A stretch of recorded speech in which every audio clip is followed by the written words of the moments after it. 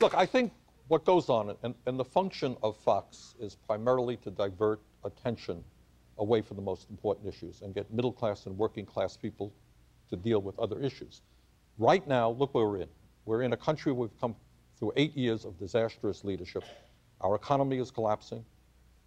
Healthcare is a disaster. People are worried about global warming. People can't afford to send their kids to college. What Obama and some of us are trying to do is say, let's focus on those issues.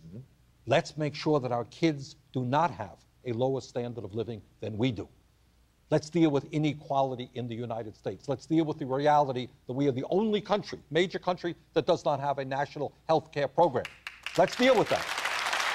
And what Fox does is, Obama's going to take your gun.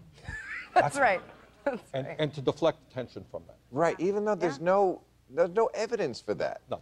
But the most cynical part about this is, you know, Michael Wolff, who did this biography of Murdoch and gained unprecedented access to Murdoch. And I said, well, you know, there's some moral or immoral code guiding what is being done at Fox. Isn't there? And he goes, I don't think so. And I said, well, you're telling me if Murdoch found out tomorrow he could make twice what he's making now by doing a really liberal network, right, he would do that? He said, faster than you could see it happening. And that is his conviction about this, that there is, and I know this from personal experience, that there are a couple of these guys who are just salesmen who would go to the other side if they saw more money in it. Would you? No, I would not. No. You mean if Fox became a liberal network? No, 'cause I already worked for them once, and it's a bunch of crap. But I also get extraordinarily well paid for doing what I'm doing now. I don't need any more money, honestly. So that's not even, I would not sell that out. But what I have talked to Sean Hannity, where he says, isn't this crazy that everybody thinks, you know, you and I hate each other? It's just TV. And I just was like, I believe this stuff. I may have gone on the air at one time or another and not said something I believed for a variety of reasons, but I've never gone on the air and said something I don't believe, and I think many of these guys have. I don't think it's true with Beck, because I don't think he knows what he believes. Right. It's just, it sounds good, I'm going to cry. But you know, I think a lot of these guys are salesmen because it's just such a wonderful gold mine for them. Oh, man. The reason why I show that clip is because if something happens to our president, I'm going to just go ahead and put it out there. If something happens to our president, Fox News can take some of the credit. God forbid.